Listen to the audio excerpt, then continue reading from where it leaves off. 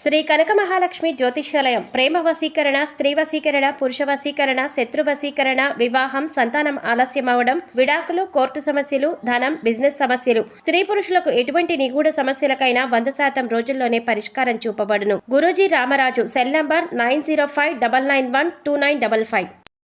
ఓం శ్రీమాత్రే నమః. ఛానల్లోకి స్వాగతం అండి. ఈ వీడియోలో మనం ధనుసు రాశి వారి గురించి తెలుసుకుందాం. ధనుసు రాశి వారికి గత 15 ఏళ్లుగా ఎదుర్కొంటున్న సమస్య ఏంటి?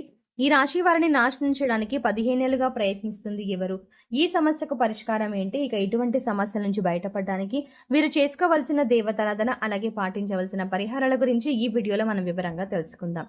కానీ అంతకంటే ముందుగా మీరు కనుక మన ఛానల్ని ఇప్పటి వరకు సబ్స్క్రైబ్ చేసుకోకపోతే సబ్స్క్రైబ్ చేసుకొని పక్కనే వచ్చిన బెల్ ఐకాన్ నొక్కి ఆల్ సెలెక్ట్ చేసుకుంటే మేము ఇలాంటి వీడియోస్ అప్లోడ్ చేయగానే ముందుగా మీకు నోటిఫికేషన్ వస్తుంది. అలాగే వీడియోని ఎక్కడా కూడా స్కిప్ చేయకుండా చివరి వరకు చూస్తేనే మేము ఏం చెప్తున్నాం మీకు పూర్తిగా అర్థమవుతుంది. ఇక వివరాల్లోకి వెళ్తే, ధనుసు రాశి వారు ఎక్కువగా అందరినీ నమ్ముతూ ఉంటారు. అందరూ మనవారే అని అందరితో తమ సొంత విషయాలను కూడా షేర్ చేసుకుంటూ ఉంటారు.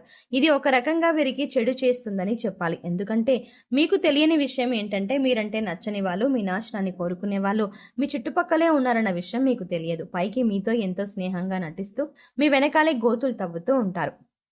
ఇక బయట ఉండే శత్రువులు కూడా వీరితో కలిసి మీ పతనాన్ని కోరుకుంటున్నారు. మీ సమాచారాన్ని వారి ద్వారా సేకరించి మీకు కీడు తలపెట్టడానికి చూస్తున్నారు. అంతేకాదు, మీ విషయాలను అన్ని ముందుగానే తెలుసుకొని మీ పనులు పూర్తి కాకుండా ఆటంకాలు వచ్చేలా చేస్తున్నారు.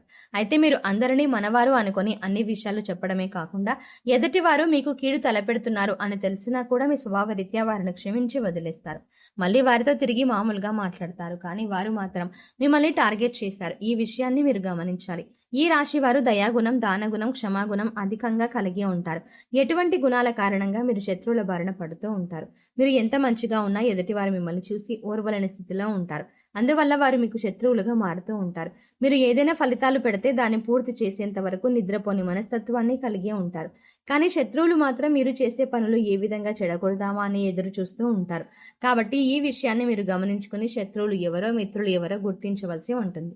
ముఖ్యంగా ఉద్యోగం చేసే స్థలంలో కానివ్వండి, లేదా మీ ఇంటి దగ్గర కానివ్వండి, ఎవరైనా సరే మీరు ఎంత కష్టపడినా కూడా పైవారికి మీ కష్టం తెలియకుండా మధ్యలో ఉండి అంతా మేమే చేశామని చెప్పుకొని దాని నుంచి వారు పై అధికారుల నుంచి లబ్ధి పొందుతున్నారు.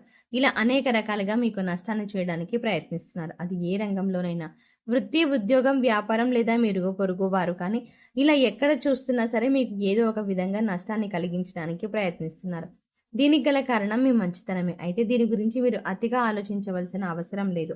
అందరినీ గుడ్డిగా నమ్మకుండా ఎవరిని ఎంతవరకు నమ్మాలో తెలుసుకొని వారితో ఆ విధంగా ప్రవర్తించడం వల్ల మీరు అనేక రకాల సమస్యల నుంచి బయటపడతారు. అయితే ప్రతి చోట శత్రువులు ఉండటం అనేది సర్వసాధారణం. ఎందుకంటే ఒకరి జీవితంలో ఎదుగుతున్నారంటే ఓర్వలేని వారు అనేక మంది ఉంటారు. అది మన బంధువులు కావచ్చు, ఇరుగు పొరుగు కావచ్చు, లేదా మీరు ఉద్యోగం, వ్యాపారం చేసే స్థలంలో కావచ్చు. కానీ కొంతమంది శత్రువులు మనతో డైరెక్ట్గా పోరాడితే మరికొంతమంది స్నేహితుల్లాగా నటిస్తారు. ఇక వీరి ప్రవర్తన ఎలా ఉంటుందంటే, వారు పూర్తిగా మన మంచి కోరుతున్నట్టుగా ఉంటారు. కానీ వారు చేసే పనులన్నీ కూడా మన పతనాన్ని కోరుకునే విధంగా ఉంటాయి. అందుకోసం ఈ రాశి వారు ఎవరు ఎలాంటి వారు అని తెలుసుకొని వారిని కొంచెం దూరంగా పెడితే ఎన్నో ఏళ్ళుగా మీరు పడుతున్నటువంటి కష్టాల నుంచి బయటపడ్డట.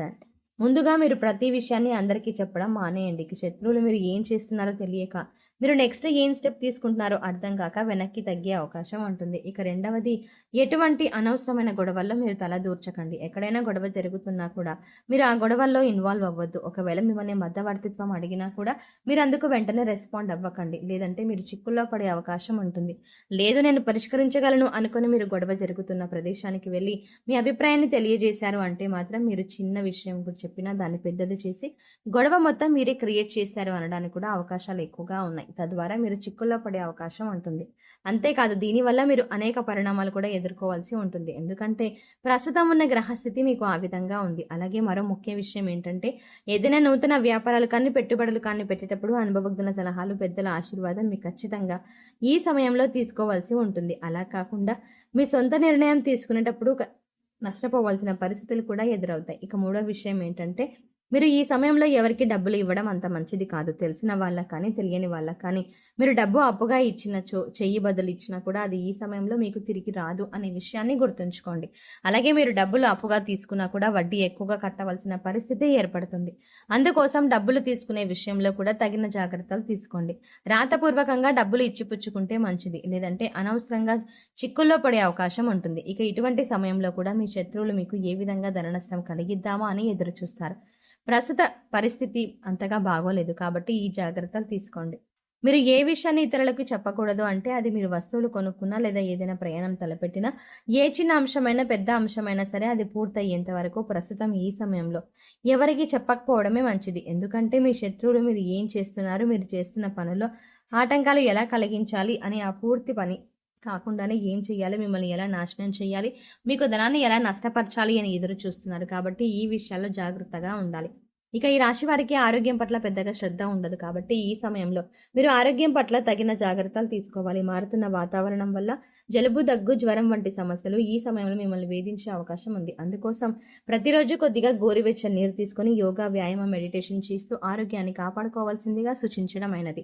అలాగే ఎవరైనా కష్టాల్లో ఉంటే మీరు చలించిపోయే మనస్తత్వాన్ని కలిగి ఉంటారు. అందువల్ల మీరు ఇబ్బందులు పడుతున్నా కూడా ఎదుటి వారికి సహాయం చేయాలి అనే ఆలోచనను అధికంగా కలిగి ఉంటారు. ఇదే మీకు ఒక రకంగా శ్రీరామ రక్ష అని చెప్పవచ్చు. ఇటువంటి గుణం కారణంగా మీరు అనేక సందర్భాల్లో ఇబ్బందికర పరిస్థితుల నుంచి చాలా తేలిగ్గా బయటపడ్డారు. ఈ విషయాన్ని గుర్తుంచుకోవాలి.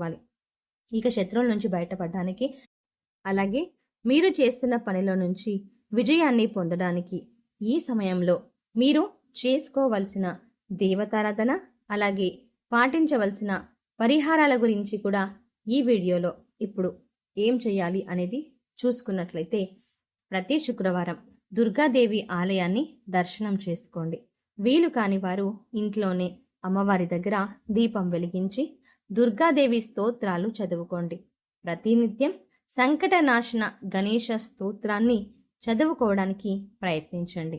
అంతేకాకుండా ఓం గం గణపతయే నమః అనే మంత్రాన్ని జపించండి. ఇలా చేయటం వల్ల మీరు తలపెట్టిన పనుల్లో ఆటంకాలు అన్నీ కూడా దూరమైపోతాయి. అంతేకాకుండా మీరు అనుకున్న పనులు సమయానికి విజయవంతంగా పూర్తవుతాయి. దుర్గాదేవి మిమ్మల్ని శత్రువుల నుంచి కూడా కాపాడుతుంది.